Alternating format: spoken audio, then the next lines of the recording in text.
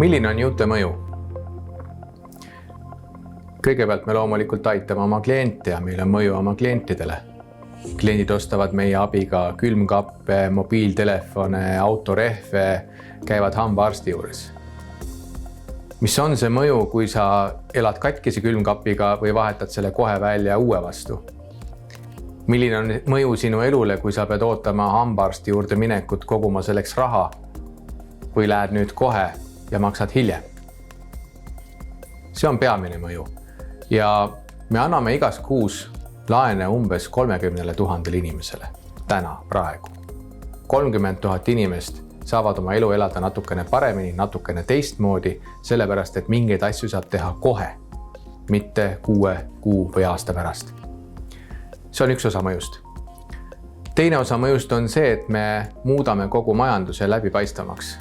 Kuna me oleme siin Tallinnas, siis me ei saa endale lubada, et asju aetakse paberil või asju aetakse kuidagi suuliste kokkulepete alusel. Kõik peab olema digitaliseeritud, kõigest peab olema jälg, kõik peab olema mõõdetav.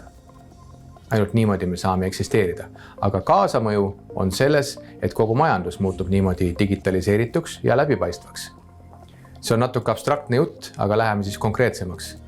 Kui me anname välja näiteks 1 000 000 eurot poodide kaudu, et inimesed saaksid osta külmkappe, siis selle kindel tagajärg on see, et riigikassasse laekub umbes 200 000 eurot käibemaksuna. Kui äri käiks nii, nagu ta käib tavaliselt Balkani riikides mustal turul, siis ma olen päris kindel, et riigikassasse ei laeku sealt mitte midagi. Ja kolmas mõju on inimeste käitumisele tervikuna.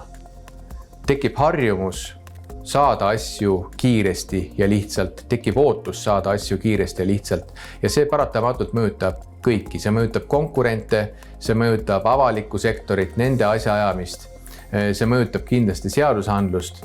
Me tegelikult muudame täna Balkani poolsaart tunduvalt digitaliseeritumaks ja tunduvalt kaasaegsemaks.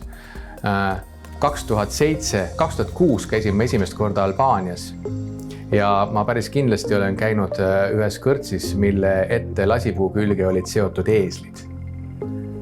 Täna see enam päris kindlasti nii ei ole, ma olen seal külas uuesti käinud.